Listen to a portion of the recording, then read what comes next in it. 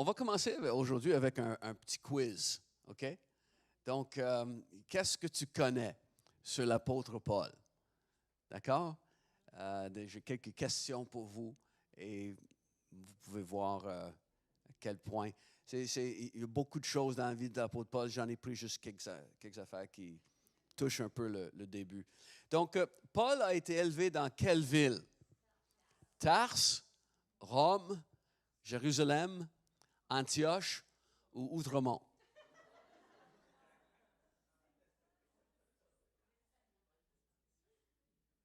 La réponse est Jérusalem. Ouh. Il est né à Tarse, élevé à Jérusalem.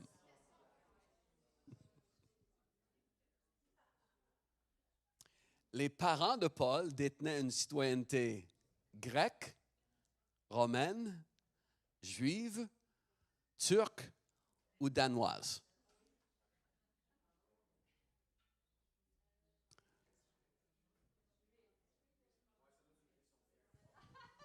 Pantoute, ils avaient une citoyenneté romaine.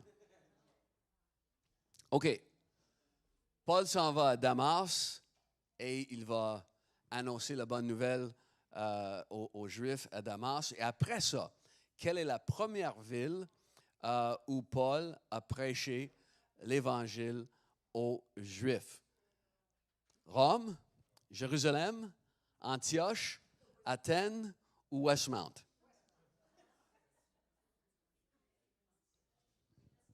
Après Damas, c'est quoi la prochaine ville où Paul a annoncé la parole? Jérusalem. Et donc, Paul était l'élève de quel rabbin renommé? Caïphe, Alexandre, Gamaliel, Barnabas ou Bronfman? Oui, Gamaliel. Qui est allé chercher Paul quand Paul est allé rester à Tarse et l'a amené ensuite à Antioche? Est-ce que c'était Silas, Timothée, Barnabas, Pierre ou Marc Bergevin qui avait besoin d'un autre joueur? C'est qui? Barnabas. OK. Dernière. Qui est celui qui n'a jamais accompagné Paul lors d'un de ses voyages missionnaires? Il y a deux bonnes réponses là-dedans. OK? Qui n'a jamais accompagné Paul? Luc, Philippe, Jean-Marc, Timothée ou Bruno Blanchette?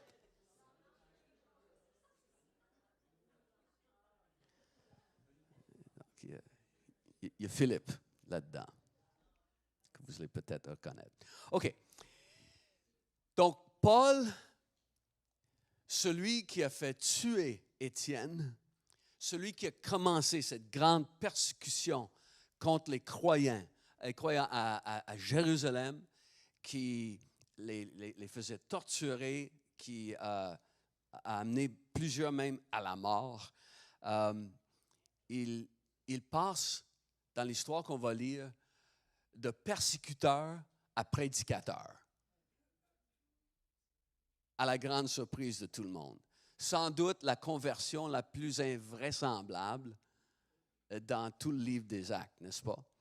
Et le récit de sa rencontre dramatique avec le Seigneur Jésus et sa rencontre surprenante ensuite avec un dénommé Ananias nous offre pas mal de leçons encourageantes. Et c'est ce que je veux regarder avec vous aujourd'hui. Donc, prenons quelques minutes pour lire l'histoire. On est dans le chapitre 9, à partir du verset 1. Et lisons ce récit bien connu. Quant à Saul, il respirait toujours la menace et le meurtre contre les disciples du Seigneur. Il se rendit chez le grand prêtre. Il lui demanda des lettres pour les synagogues de Damas, afin de pouvoir arrêter et amener à Jérusalem les partisans de cet enseignement qu'il trouverait, hommes ou femmes. Et comme il était en chemin et qu'il approchait de Damas, tout à coup, une lumière qui venait du ciel resplendit autour de lui. Il tomba par terre et entendit une voix lui dire, « Saul, Saul, pourquoi me persécutes-tu? » Il répondit, « Qui es-tu, Seigneur? » Le Seigneur lui dit, « Moi, je suis Jésus, celui que tu persécutes. Lève-toi, entre dans la ville et on te dira ce que tu dois faire. » Les hommes qui l'accompagnaient s'arrêtèrent, muets de stupeur. Ils entendaient bien la voix, mais ils ne voyaient personne. Saul se relevait de terre, et malgré ses yeux ouverts, il ne voyait rien, et on l'a pris par la main pour le conduire à Damas.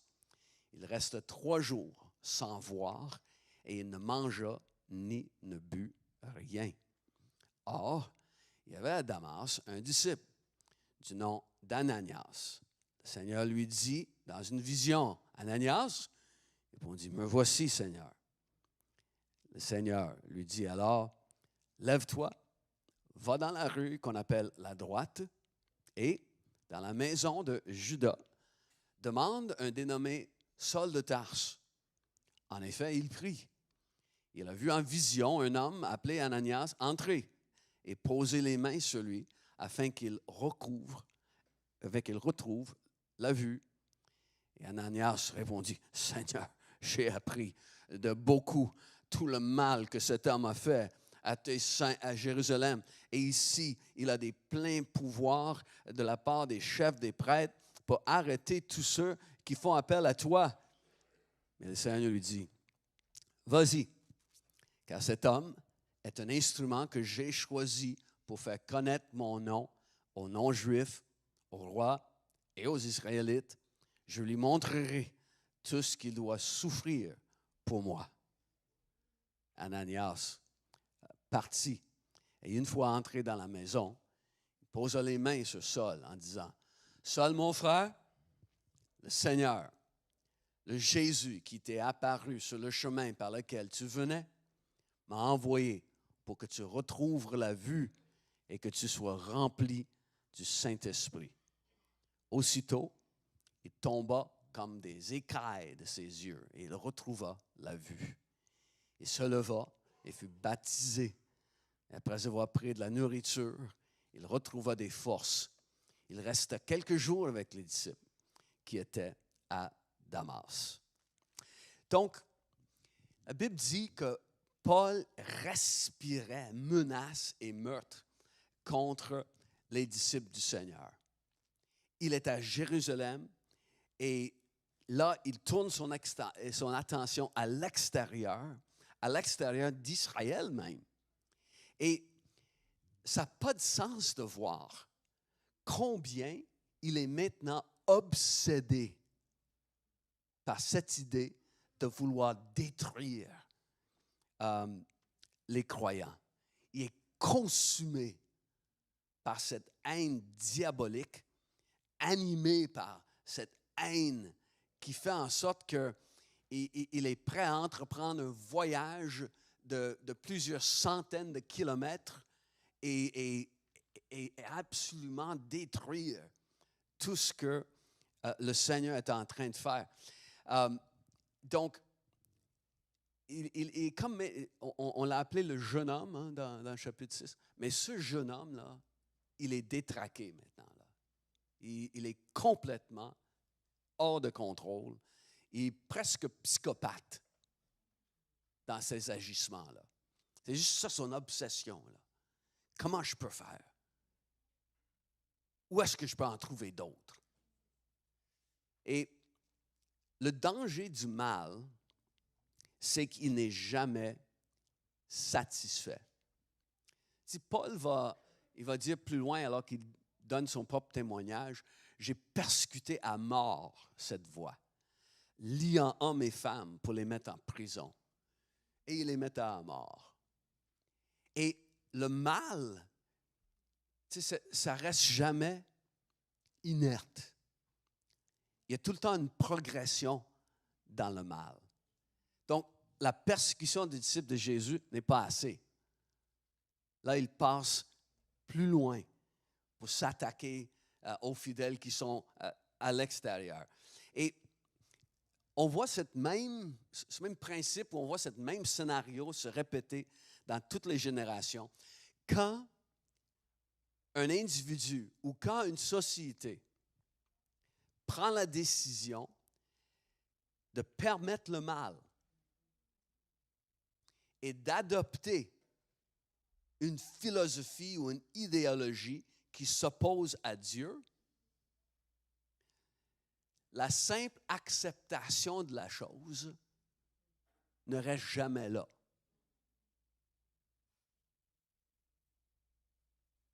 On finit jamais avec une simple acceptation. Le mal va aller plus loin. Les forces maléfiques derrière ces idées entraînent les gens à vouloir imposer le mal davantage. Il y a tellement d'exemples que je pourrais vous donner. Il n'y a pas si longtemps que ça, on parlait de l'euthanasie. Mais là, c'est un mot tabou, là. Tu ne dis pas euthanasie, là. C'est l'aide médicale à mourir. Ah, ça sonne presque romantique. C'est beau. Et on a décidé qu'on voulait jouer à Dieu.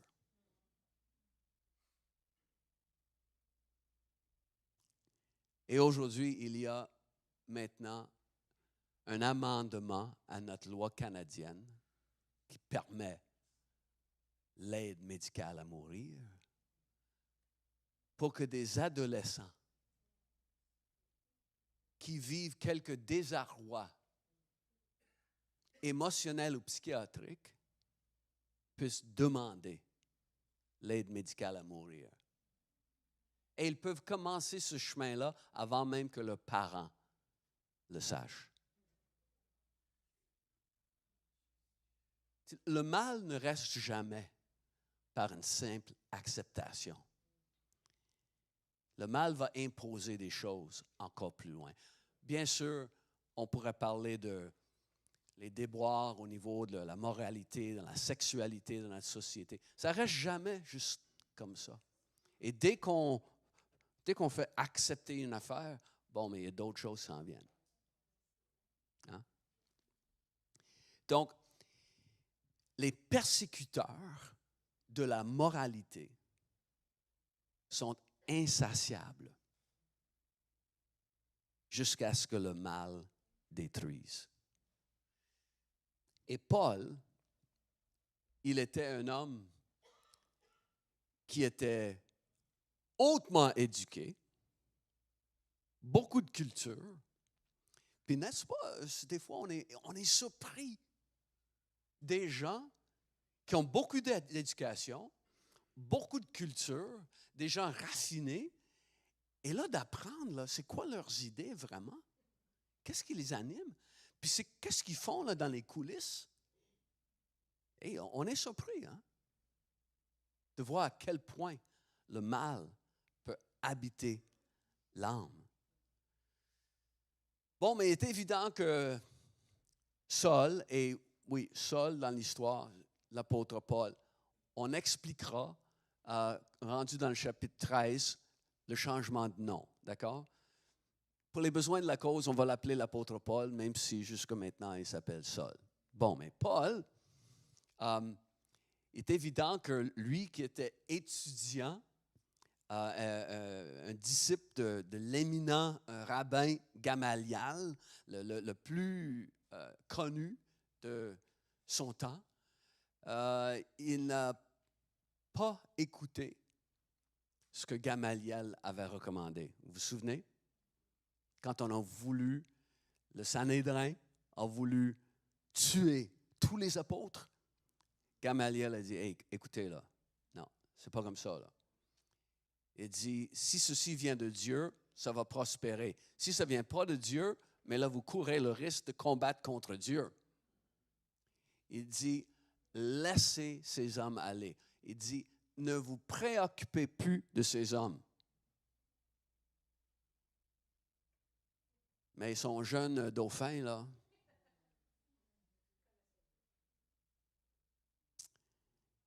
je pense qu'il a manqué ce cours-là. Il n'était pas présent en classe. Et Paul, obsédé, dérangé par les progrès de la bonne nouvelle, là, les arrêter et les punir devient son obsession. Il pense à rien d'autre que ça. Et donc, il va demander au grand prêtre à Jérusalem d'écrire des lettres qui lui donnent l'autorité d'aller chercher des gens qui sont dans un autre pays, dans un pays souverain. Il se rend chez le grand prêtre et il obtient ces lettres d'autorité. Et Paul, qui vivait comme ça, bon, mais l'histoire nous raconte comment à la fin, il est maintenant un disciple de Jésus, baptisé, rempli du Saint-Esprit, et il va commencer une carrière de prédicateur de la bonne nouvelle. Ça nous montre là, qu'il n'y a jamais quelqu'un qui est inatteignable.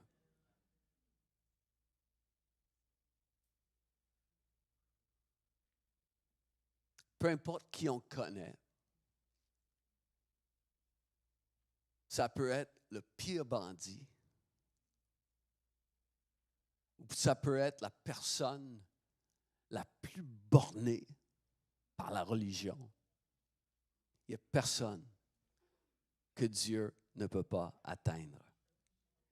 Et il s'en va chercher les disciples à Damas.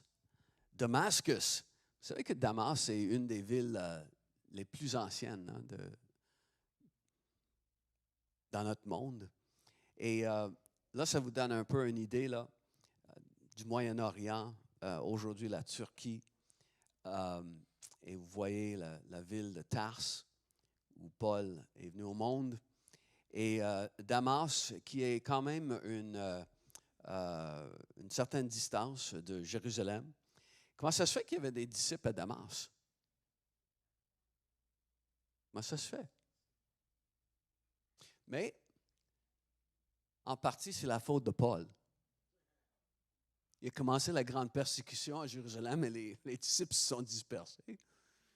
Et il y avait une grande communauté juive dans la ville de Damas. Donc, il y en a qui sont retrouvés là.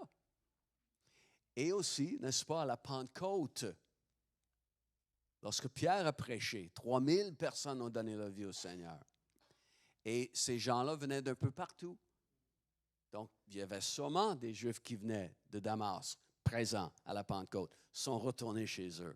Et la nouvelle, la bonne nouvelle, s'est répandue. Donc, il s'en va à Damas. Damas, aujourd'hui, une grande ville, bien sûr, au milieu de la Syrie. Et puis, une ville importante à l'époque, dans l'Empire romain. Il y avait entre 1 et 2 millions de population. C'était vraiment une grande et importante ville. Et puis, il y avait une communauté juive assez importante, comme j'ai dit. On le sait à travers l'histoire séculière. Parce que vous êtes au courant que les Romains ont complètement détruit les villes en Israël en l'an 70, n'est-ce pas? Donc maintenant, on est vers l'an 35. Et dans les annales de l'histoire, alors que les armées romaines venaient contre les Juifs, ça a pris plusieurs années surtout pour vaincre Jérusalem. Hein? Mais, et Jésus avait prédit, n'est-ce pas, qu'il ne restera pas ici pierre sur pierre, parlant du temple et toute la beauté de cette construction. Et lorsque l'armée romaine est venue contre les Juifs, la raison pour laquelle les Romains ont voulu vaincre les Juifs, c'est parce que les Juifs se révoltaient. Il y avait trop de révoltes parmi les Juifs contre l'Empire romain. Et finalement, César a dit, on envoie l'armée. Exactement comme Jésus avait prédit. Et en l'an 66, on vient à Damas, selon l'histoire séculière, entre 10 000 et 20 000 Juifs ont été tués dans la ville de Damas, alors qu'on voulait éliminer les Juifs. Donc, il y avait une population importante de Juifs à Damas à l'époque. Et vous pouvez voir ici un peu, comme je disais, les distances. Et aussi, remarquons encore comment les déplacements ne sont pas faciles. Hein, il n'y a pas la 20 puis la 401 là, pour se rendre à Toronto. Là. Okay, c'est autre chose, là, voyager à l'époque. Et il y a plusieurs endroits. Ici, un chemin en Syrie qui passe dans le désert. C'est par là que Paul a dû passer avec ses compagnons. Et se déplacer n'était pas du tout facile. Ici, on peut voir peut-être un peu encore, alors qu'on monte vers le lac de Galilée. Et on voit ici le lac de Galilée en bas au sud. Et ensuite, on va emprunter le chemin par le fleuve Jourdain. Parce que je ne sais pas si vous saviez, mais le fleuve Jourdain est au nord du lac de Galilée aussi. Autrement dit, le fleuve du Nord va tomber dans le lac de Galilée et à son issue au sud, et va se poursuivre jusqu'à la mer Morte, hein, vers le sud. Donc, il va monter, Paul et ses compagnons. Et je trouve intéressant que Paul va partir avec une cohorte. Je ne sais pas si c'est une selfie ou si on trouvait quelqu'un d'autre pour prendre la photo, mais je pense qu'il y avait pas mal plus d'hommes que ça. Parce qu'il allait ramener à Jérusalem une foule de monde, là, enchaînée. Là. Donc, je pense qu'il y avait pas mal plus de soldats et tout avec lui. Mais en tout cas, peu importe. Paul, il commence son voyage vers Damas. Et je trouve intéressant que c'est lorsque Paul est presque rendu, c'est là que Jésus va se présenter à lui. Tu sais, il aurait pu le faire alors qu'il quittait Jérusalem. Non. Il va laisser faire le voyage jusque-là. Et on peut juste imaginer les pensées de Paul. Là, tu sais, tout le long, là, il s'en va. Là, puis là, il approche, check son téléphone et on arrive là, tu sais, juste 10 kilomètres. Et à ce moment-là, peut-être les disciples à Damas priaient. Parce qu'on lit dans l'histoire, et un peu plus loin dans le verset 21, tout le monde savait qu'il s'en venait là. Et ça devait être des moments terrifiants, hein, pour tout le monde. On va se faire arrêter. Qu'est-ce qui va nous arriver? Est-ce qu'on va nous amener est-ce qu'on va nous tuer? Et donc, Paul arrive et plusieurs familles sûrement priaient.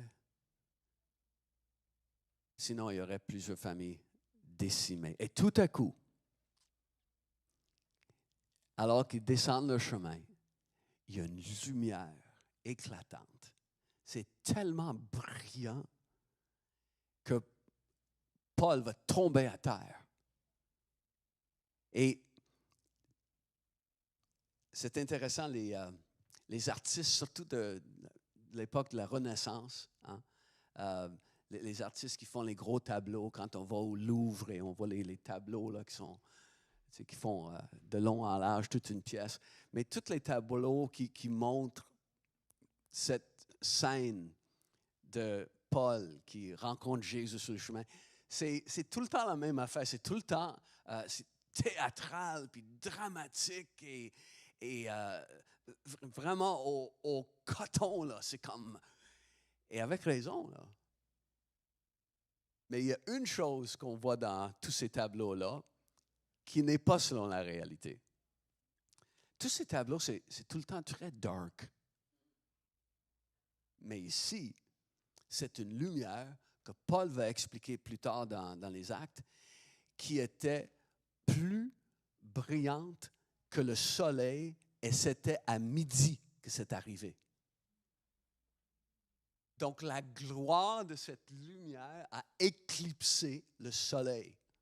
Car celui qui a créé le soleil a décidé de montrer à Paul un millième d'un millième d'un millième de sa gloire.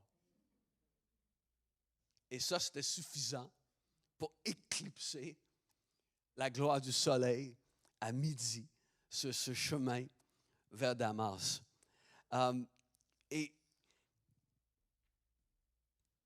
comment on peut comparer Jésus à quelqu'un? Quand on comprend qu'il est Dieu, comme Moïse l'a dit dans Exode 15, il a dit, qui se compare à toi? Et parmi tous les dieux que les gens ont inventés dans ce monde, qui est comme toi, Seigneur? Tu es magnifique en sainteté. Tu es redoutable. Tu opères des prodiges. Oh, qui est comme toi, Éternel? Moïse a dit. Comment tu peux comparer Jésus? Sa gloire, comme je dis, juste d'ouvrir puis qu'on voit une petite affaire de sa gloire, c'est assez pour nous renverser, là. À qui on peut le comparer? Mets-le à côté de n'importe qui, là. Mets-le à côté de la personne la plus forte. Ou mets-le à côté de la personne la plus intelligente. Mets-le à côté de la personne la plus belle. C'est toute compétition qu'il pourrait y avoir, c'est une risée, là. Tous les ans, ils font une compétition à la Ligue nationale de hockey. Ils font le match des étoiles et il y a des compétitions d'habileté. Hein? Puis, la chose que tout le monde veut voir chaque année, là, c'est qui a le tir frappé le plus fort, c'est le plus rapide. Là. C'est ça que tout le monde veut voir. Hein? Donc, imagine, là, tous les joueurs qui font ça, puis là, Jésus s'en vient. Alors, on doit dire, non, je vais juste faire un tir des poignets. Ça passe à travers le filet, ça passe à travers la rampe, c'est ça, ça passe à travers l'aréna, ça s'en va dans l'espace, ça traverse Mars, ça traverse Jupiter, ça traverse Saturne, ça traverse la planète de l'Uranus, ça traverse Neptune. Là, c'est un trou dans chacun, là, traverse Pluton. Est-ce que Pluton est encore dans les planètes? Je ne sais pas, là. Je pense qu'on l'a relégué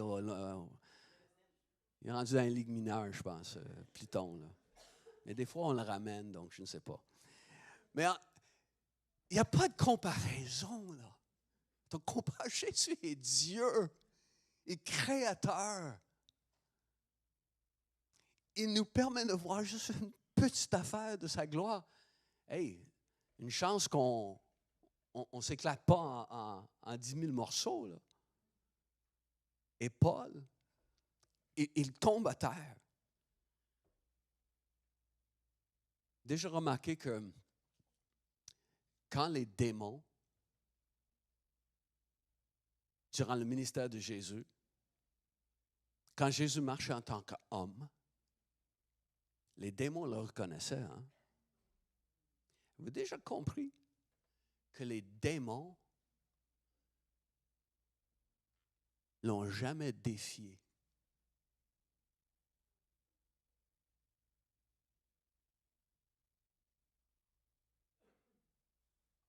C'était tout le temps, oh boy. là.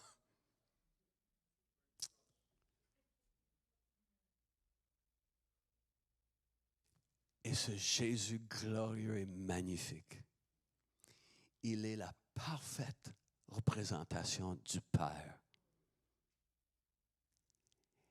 Et ton Père qui est grand et glorieux et magnifique, notre Père céleste t'invite à le connaître, à être en relation avec lui. Parce qu'il t'a créé pour que tu le connaisses. Plus encore, il t'a créé pour que tu sois dans sa famille. Il veut t'adopter comme un fils ou une fille. Et là, tu sais, il y a une phrase dans la Bible qui parle de la communion avec le Saint-Esprit. Wow! Le Seigneur nous a amenés à vivre avec. Je suis le temple du Saint-Esprit. Tu es le temple du Saint-Esprit. Le Saint-Esprit désire une communion avec toi, de pouvoir parler avec toi. Il veut t'entendre parler avec lui. C'est quelque chose. C'est le Dieu glorieux que l'univers ne peut pas contenir. Mais il désire vivre cette relation d'intimité avec toi. Donc, Paul tombe à terre et là, il y a une voix qui se fait entendre. Et Paul va entendre, « Pourquoi me persécutes-tu? » Et quelque chose qui n'est pas dans notre texte, mais qui va revenir. Vous savez que cette histoire est répétée 3 fois dans les Actes, au complet. Parce que 2 autres fois, Paul va raconter cette même histoire, un peu sa version à lui, si on veut, devant 2 rois différents. Et durant une des fois où il raconte son témoignage, il dit que le Seigneur Jésus lui dit, « Saul, Saul, pourquoi me persécutes-tu? Il te serait dur de regimber contre les aiguillons. »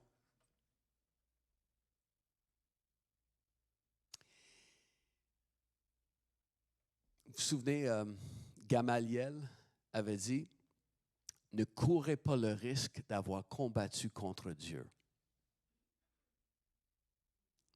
Et là, c'est ce que Jésus lui dit. Paul, tu vas trouver ça dur, là. Continuez comme tu vas. Continuez ta vie comme ça, là. Puis, te combattre ce que moi je fais, tu vas trouver que... Et là, il utilise un proverbe qui est tiré de la vie agricole. Parce que les cultivateurs qui faisaient labourer leurs champs avec une bête quelconque, derrière la charrue et le bœuf est devant, il avait à sa main un long morceau de bois appelé un aiguillon qui était pointu sur un côté, sur un bout. Et donc, quand le bœuf n'avançait pas, on donne un petit coup. Et des fois, tu sais, si la bête, il n'était pas content là, de ce qu'il sentait en arrière, là. Mais là, ce qu'il faisait, c'est qu'il regimbait par en arrière. Mais qu'est-ce que ça fait? Avec le bâton pointu. Ah! Et là, il se mettait à marcher, là. Paul, tu vas trouver, donc il tire ce proverbe de la vie agricole pour dire à Paul, hey, l'idée là, c'est une résistance ruineuse. Pas juste une vaine résistance. C'est une résistance qui t'amène à la ruine. Quand tu te vas contre qui je suis, puis dit, pourquoi me persécutes-tu?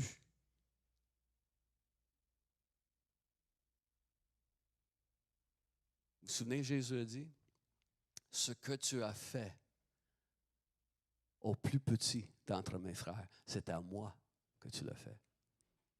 Donc, Paul qui persécutait les croyants, non, c'est moi que tu es en train de persécuter, dit Jésus.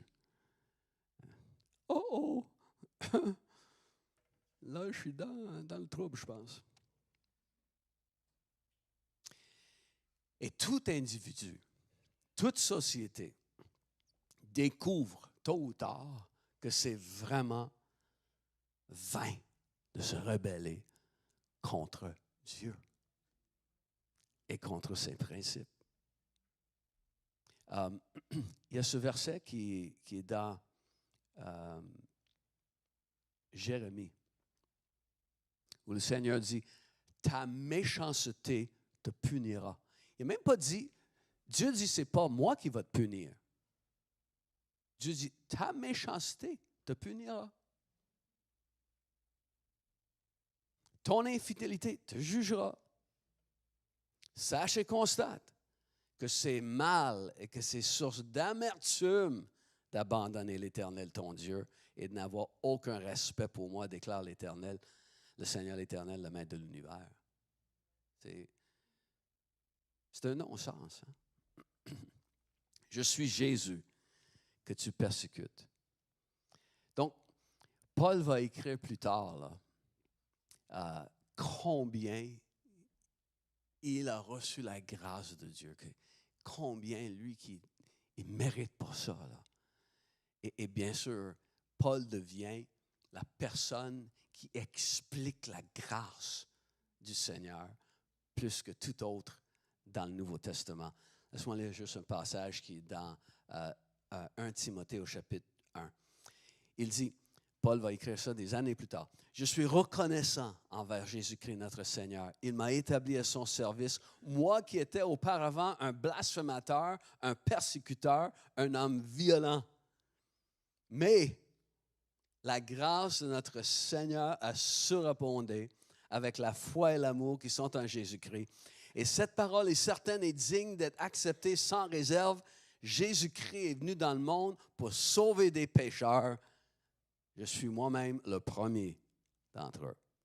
Mais il m'a été fait grâce, afin que Jésus-Christ montre en moi le premier toute sa patience et que je serve ainsi d'exemple à ceux qui croiraient en lui pour la vie éternelle. » Et donc Paul, tremblant d'effroi, et il va dire à cette voix, quand Jésus dit « Je suis Jésus qui te persécute », il va dire « Seigneur, que veux-tu que je fasse? » Ça, c'est la seule réponse logique. La seule réponse sensée, la seule réponse cohérente à la révélation de Dieu. Quand on sait qui il est, bon, mais qu'est-ce que tu veux que moi je fasse? Toute autre réponse est totalement inadéquate. Et comme on a mentionné, Paul, on se souvient, il est très éduqué, un homme raffiné, un homme avec de l'argent, il a une carrière florissante, il est vraiment l'étoile montante dans la société à Jérusalem. Il est la coqueluche de toutes les autorités à Jérusalem. Il connaît pas mal de choses, mais là, il a besoin d'être éduqué par Christ. Il a été éduqué par l'homme. Là, il a besoin d'être éduqué par Dieu. Et le Seigneur va dire, on te dira ce que tu dois faire. On te dira ce que tu dois faire. Paul va écrire plus tard aux Philippiens, tout mon savoir, là, tout ce que j'ai appris, je regarde ça comme de la poubelle. Je mets ça sur le bord du chemin, que les gens viennent et qu'ils l'amènent, là, parce que pour moi, là, ça ne vaut rien à comparer à la connaissance de Jésus-Christ. Cet homme éduqué avait besoin de nouvelle éducation. Dieu veut te donner une orientation à ta vie qui correspond à sa volonté. qui correspond à sa destinée pour toi. Et on a tous besoin d'avoir notre vie alignée à des moments durant notre périple ici sur terre. Et là, Paul est amené à Damas. Il reste 3 jours chez un type qui s'appelle Judas, dans la roi qui est appelée la droite à Damas. Il passe 3 jours, il ne voit rien. Et on peut juste essayer d'entendre qu'est-ce qui est dans la tête de Paul pendant ces 3 jours. Hein? Et 3 jours, là, il ne voit rien. Là. Il est là. Il a eu cette expérience. Et je pense que le fait qu'il ne mange et ne boit rien, c'est un signe de son deuil. Et je pense qu'il est plein de remords, plein de regrets. De se rendre compte que, wow, ce que j'ai fait, là, toutes les familles que j'ai anéanties, les personnes que j'ai tuées, la souffrance que j'ai causée, ça l'habite là, pendant 3 jours. Et le fait de dire, bon, mais ce Jésus-là qui est prêché par les apôtres, il est bel et bien ressuscité, comme eux ont dit. Et donc, tout ça, là, ça fait penser, ça traverse ses pensées. Et Paul va maintenant recevoir cette correction de trajectoire, si on veut, là. Et sa vie va prendre une autre direction. Il va besoin de ce changement de cap. Et si tu ne vis pas pour Jésus, si tu ne sers pas le Seigneur de tout ton cœur, tu as besoin de changement de cap. Si tu regardes ta vie actuellement, là, et tu ne peux pas dire que je suis en train de servir le Seigneur de tout mon cœur, tu as besoin d'un changement de cap. Tu as besoin d'un changement de trajectoire dans ta vie, là. Tu n'es pas en train de vivre la belle volonté que ton Père voit pour toi. Et tu vas trouver que c'est dur. C'est dur de ne pas vivre pour le Seigneur. Donc, te mettre à genoux et humblement dire, que veux-tu que je fasse? La seule réponse cohérente. La seule réponse logique. Il est aveugle, et ça, c'est juste une illustration de comment il pensait voir, mais il ne voyait rien. Spirituellement, il ne voyait rien. Et ça lui est resté pour la balance de sa vie.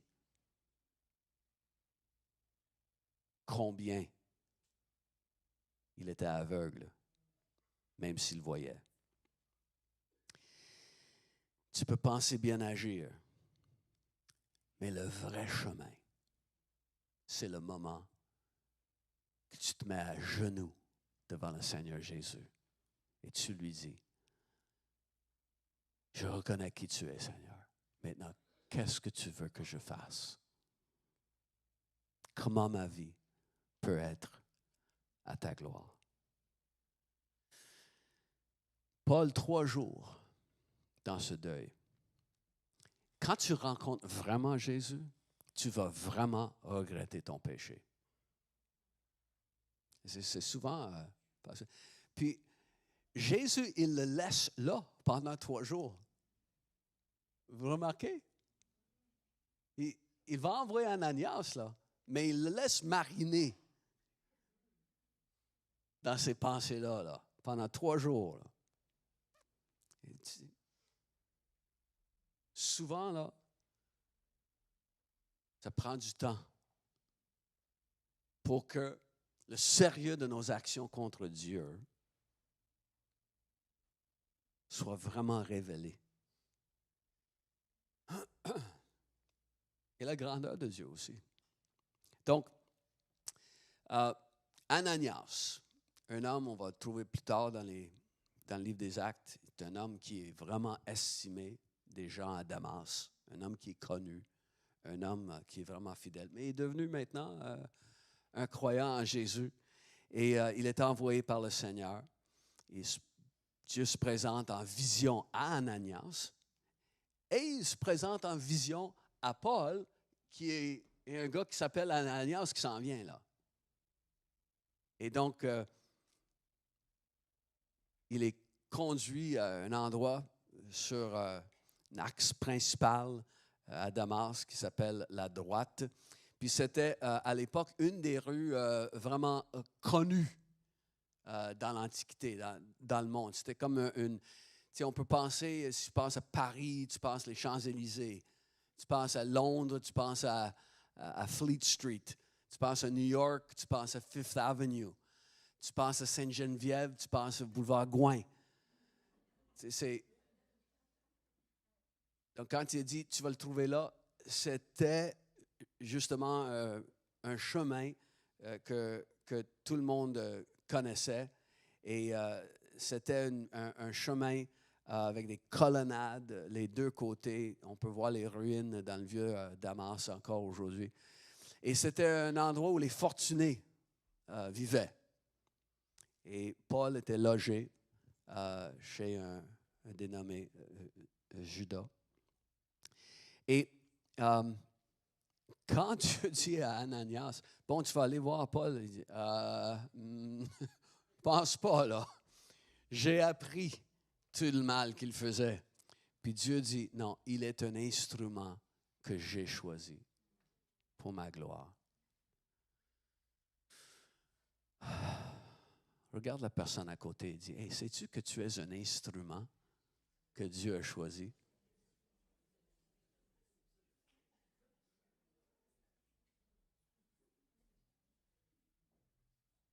Maintenant, regarde la personne et dit, oui, mais savais-tu que moi, je suis l'instrument que Dieu a choisi?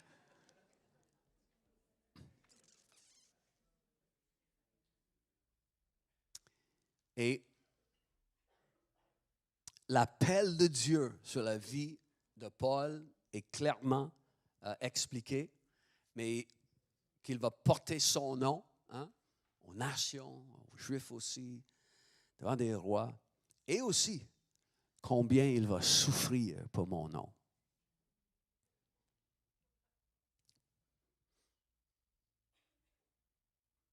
Donc, dis la personne à côté, je ne suis plus sûr là, que je suis tellement un instrument qui est...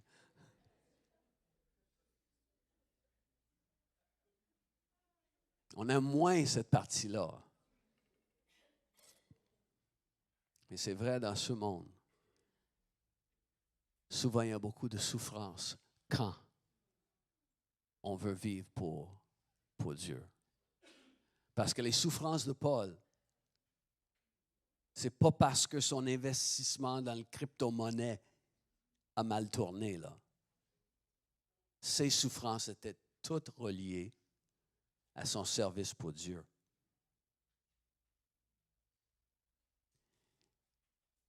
Et des fois, il y a de la souffrance, pour toutes sortes de raisons, quand on veut se tenir pour Dieu. Il faut être prêt pour ça. Donc, Dieu met sa main sur Paul et tous les Juifs à Damas ont dit, « Ouais, je ne l'ai pas vu venir, celle-là. »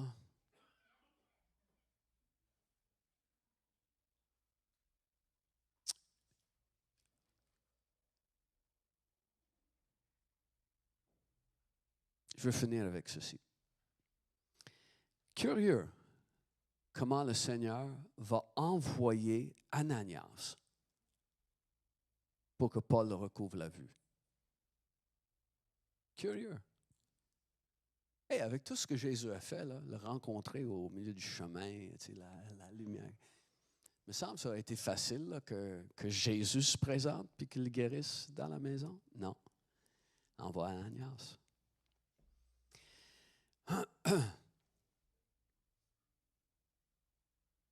Dieu fait comprendre à Paul, dès le début, l'importance des autres dans sa vie.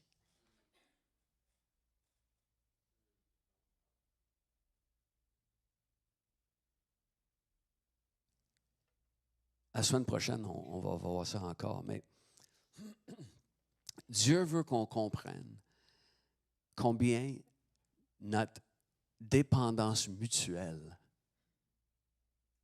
c'est quelque chose que lui veut installer dans nos vies.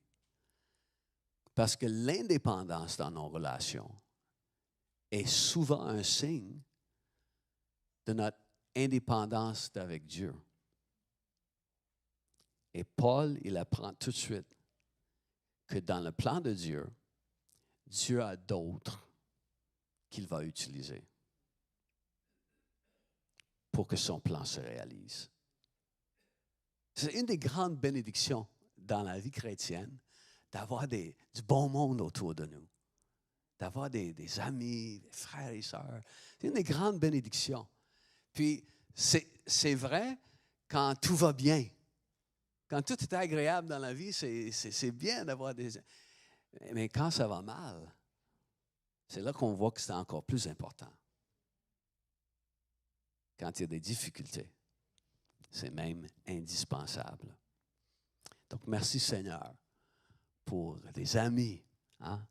La camaraderie qu'on peut avoir, le sens de famille qu'on peut avoir dans notre Église. Paul, le moment qu'il reçoit sa vue, la Bible dit qu'il se lève, il s'en va se faire baptiser. Après, il va manger. Il a compris, si je mets ma foi en Jésus-Christ, j'ai besoin d'être baptisé dans l'eau. Donc, le 3 septembre, on a des baptêmes d'eau. Si tu n'es pas baptisé dans l'eau et tu crois que Jésus est ton sauveur, bon, mais viens nous voir, là. Tu as besoin d'être baptisé dans l'eau. L'Éthiopien, hein, le moment qu'il a compris que Jésus était le sauveur, il dit à Philippe, « Hey, il y a de l'eau, est-ce que je peux me faire baptiser? » Qu'est-ce qui m'empêche d'être baptisé? Le jour de la Pentecôte, Pierre apporte la parole. Les gens qui écoutent, la première chose qu'ils font, les 3000 s'en vont, puis ils se font baptiser. Donc, vous avez l'occasion de vous faire baptiser dans l'eau le 3 septembre. Donc, venez nous voir si ce n'est pas encore fait dans ta vie. Donc, merci de votre patience. Levons-nous ensemble.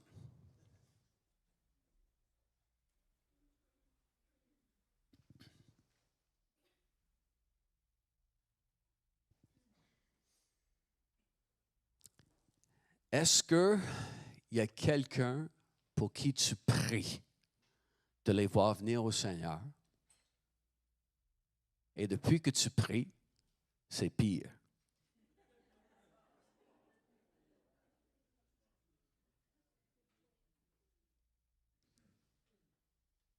Parce que Paul, ça allait de mal en pis, là.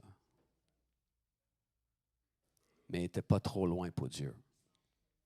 Si tu pries pour quelqu'un, c'est quelqu'un qui te vient à ton esprit, qui est loin.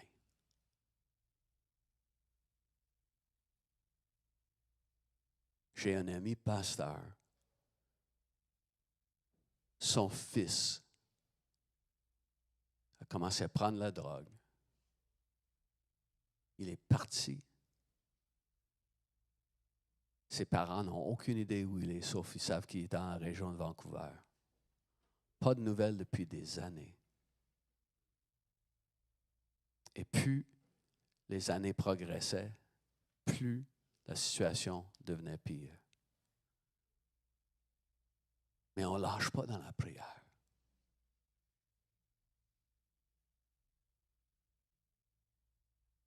Dieu a ses coordonnées.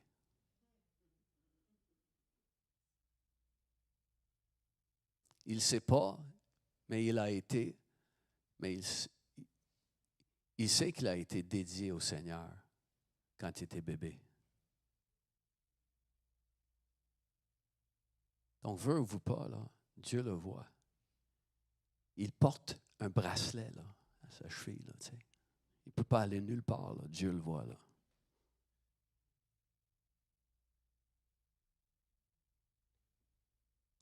Il y a quelqu'un dans ta vie pour qui tu pries. Puis la situation est pire. Ne lâche pas. Il approche peut-être le moment où il va faire encore plus mal aux gens. Et c'est peut-être là que la lumière va resplendir autour de lui. Donc, prends un moment maintenant, juste dis au Seigneur le nom de cette personne. Seigneur, je te l'amène, Seigneur. Interviens. Juste dis le nom de cette personne. Lève une prière au Seigneur maintenant pour le salut de cette personne, la délivrance. Surtout que cette personne reconnaisse la grandeur du Seigneur Jésus. Seigneur, tu vois les noms qu'on lève devant toi. Tu entends le nom sur les lèvres de chacun aujourd'hui. On les amène collectivement devant toi, Seigneur. On prie pour un changement de trajectoire. Pour ces personnes qui ont tellement besoin de cette rencontre de grâce avec toi. Merci parce que ton bras n'est pas trop court pour les sauver, Seigneur. Touche-les, oh Dieu. Touche-les aujourd'hui.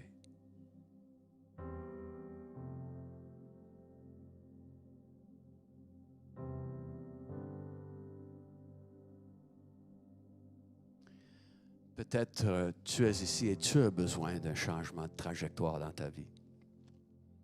Tu as besoin de mettre le genou à terre devant Jésus et dire, Seigneur, je regrette ce que ma vie a été. Et maintenant, j'ouvre mon cœur pour dire, tu es le Sauveur, tu es le Seigneur. Qu'est-ce que tu veux que je fasse maintenant de ma vie? As-tu besoin d'un changement de cap? As-tu besoin d'un changement de trajectoire? Tu peux recevoir Jésus aujourd'hui comme ton Sauveur et marcher pour lui maintenant et avec lui. Je vais demander à tout le monde de fermer les yeux. Et juste avant de prier, alors qu'on termine la réunion, s'il y a quelqu'un ici, tu dis, Pasteur Jerry, moi, j'ai besoin de ce changement de cap. Moi, j'ai besoin d'un changement de vie. J'ai besoin de reconnaître que Jésus est mon Sauveur et mon Seigneur. Si tu es là, juste lève la main là où tu es. Et je veux prier pour toi. N'importe où dans la salle, tu lèves la main. Merci. Quelqu'un d'autre? Merci. Merci. Quelqu'un d'autre dit, je veux recevoir Jésus comme mon Sauveur. C'est fini de vouloir marcher à ma tête. Je veux maintenant marcher avec Jésus. Et tu ne savais pas, alors que tu marchais, des fois dans ton entêtement, tu ne savais pas. Mais Dieu te permet de marcher jusque-là afin que tu le rencontres aujourd'hui. Tu es prêt à dire, Seigneur, j'ai besoin de toi. J'ai besoin de toi comme mon Sauveur et mon Seigneur. C'est quelqu'un d'autre avant qu'on prie. J'ai besoin de ce changement de trajectoire dans ma vie. C'est avant qu'on prie, est-ce qu'il y a quelqu'un d'autre? OK. Donc, on va prier ensemble. Et si tu as levé la main aujourd'hui, mais juste répète cette prière. Et tu vas dire au Seigneur ce que tu as indiqué par la main levée. Que tu veux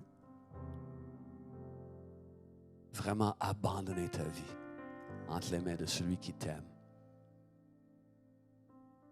Donc, juste répétez après moi. Seigneur Jésus. C'est ça, juste répétez ça. Seigneur Jésus. Tu es Dieu. Tu es tellement grand. Il n'y a personne qui se compare à toi.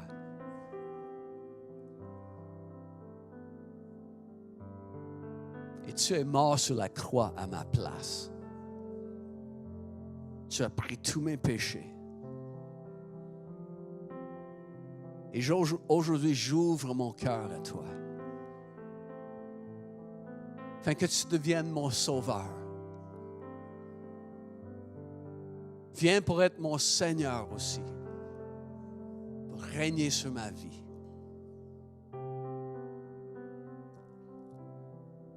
Parce que j'abandonne ma vie entre tes mains. Croyant que tu m'aimes. Et sachant que tu es Dieu. Je te dis maintenant, Jésus, que veux-tu que je fasse? À partir d'aujourd'hui, ma vie est à toi. Pardonne-moi tous mes péchés. Je te reçois dans ma vie. Amen. Amen. Et si vous avez prié cette prière pour une première fois, la Bible dit que les anges dans le ciel se réjouissent. Parce que tu as passé de la mort à la vie. De l'aveuglement à la vue. Et vous allez voir la vie là, changer. À cause de son amour pour toi. Peut-être tu connais le Seigneur, j'ai une question aussi pour vous. Besoin d'une petite correction, là, un petit changement de trajectoire.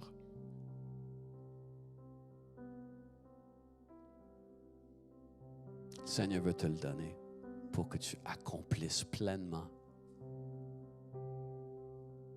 On te dira ce que tu auras à faire. Jésus a dit à Paul, il veut te le montrer pour que ta destinée soit accomplie. Donc, juste répéter après moi, Seigneur Jésus, je veux accomplir ta volonté. Me voici. Tu m'as choisi. Je suis un instrument choisi par toi. Je ne t'ai même pas choisi, Jésus. C'est toi qui m'as choisi. Et aujourd'hui, je te dis que j'ai besoin d'une correction. Donc, montre-moi, Seigneur. Je veux que tu me montres ce changement de trajectoire.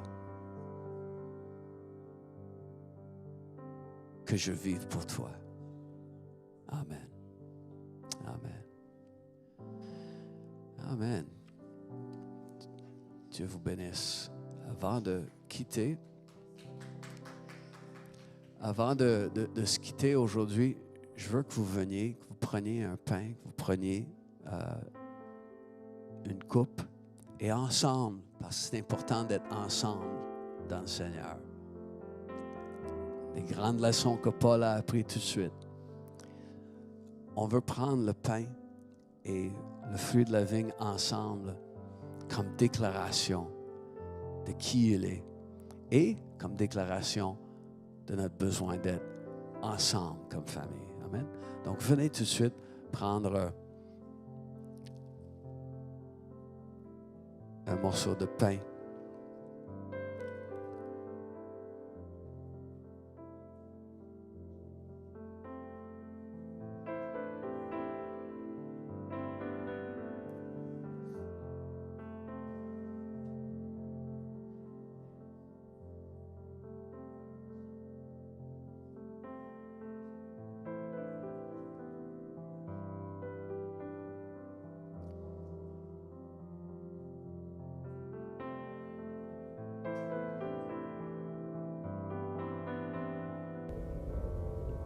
Merci d'avoir été avec nous ce matin. Si vous peux avez des juste rester questions ici, sur ce ouais. que vous avez entendu aujourd'hui sorte ou simplement vous aimeriez en savoir Non, plus sur la plus. foi chrétienne en général ou encore sur qui on est en tant qu'Église, n'hésitez pas à nous envoyer un courriel à montréal@commercial-catchdefr.com. Vous pouvez aussi nous joindre au travers de la page Facebook en nous envoyant un message privé.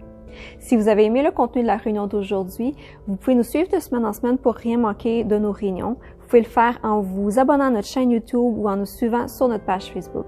N'hésitez surtout pas à partager avec vos amis, à commenter, à liker notre contenu. Je vous souhaite à tous une excellente semaine et on va se voir dimanche prochain. Bye tout le monde.